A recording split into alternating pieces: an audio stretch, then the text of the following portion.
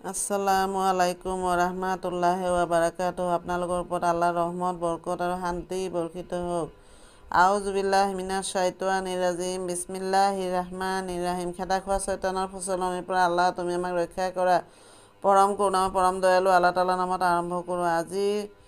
আজি মই কাইদা কালিৰ পৰা আৰম্ভ কৰিছোঁ। আলিফৰ পৰা ইয়ালৈকে কালি পঢ়াইছোঁ। আজি আলিফ জবৰ পৰা ইয়া জবৰ ইয়ালৈকে পঢ়াম। জবৰ মানে আকাৰ, তাৰমানে অসমীয়াত আকাৰ যে সেইটো জবৰ, এৰাবিকত জবৰ বুলি কয়। সেইটো উচ্চাৰণ এনেকৈ হ'ব: আলিফ জবৰ আ, বে জবৰ বা, তে জবৰ তা, চে জবৰ চা, জিম জবৰ জা, হে জবৰ হা, খে জবৰ খা, দাল জবৰ দা, জাল জবৰ জা, ৰে জবৰ ৰা, জে জবৰ জা, চিন জবৰ চা, শিন জবৰ চা, সোৱাত জবৰ সোৱা, দোৱাত জবৰ দোৱা, তৈ জবৰ তা, জৈ জবৰ জা, আইন জবৰ আ, গাইন জবৰ গা, ফে জবৰ ফা, কাপ জবৰ কা, কাপ জবৰ কা, লাম জবৰ লা, মিম জবৰ মা, নৌ জবৰ না, ৱাও জবৰ ৱা, হে জবৰ হা, লাম আলিফ জবৰ লা, হামজা জবৰ আ, ইয়া জবৰ আ, ইয়া জবৰ ইয়া।